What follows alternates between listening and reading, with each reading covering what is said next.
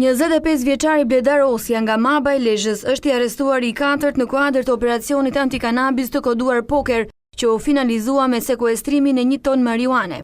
Në kuadër të këtij operacioni, policia ka shpallur në kërkim Doc Dedën, 42 vjeç, banues në Shkodër, pronar i firmës Eni D SHPK, Faik Hasani, banues në Milot, pronar i firmës Togu 2014 SHPK, dhe Kristian Brigja, 24 vjeç, banues në Bak Seriol të Shkodrës. Më parë ka rënë në prangat e policisë Albert Doku, 51 vjeç, pronar i kamionit ku u gjet bima narkotike, Ervin Pëllumbi, 36 vjeç, shofer, dhe Gani Bushati, 55 vjeç, lindur dhe banues në Bushat të Shkodrës, i cili dyshohet se është personi që siguronte lëndë narkotike.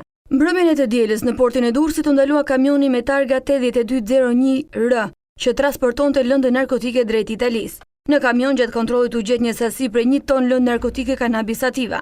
Në qeset e kanabisit ishin vendosur letra bigjozi që shërbenin si kod mes trafikantëve. Çdo letër bigjozi korrespondonte me blerësin që priste malli në Itali, ndërsa hetimet për këtë rast trafiku janë zhvendosur edhe në vendin fqinj.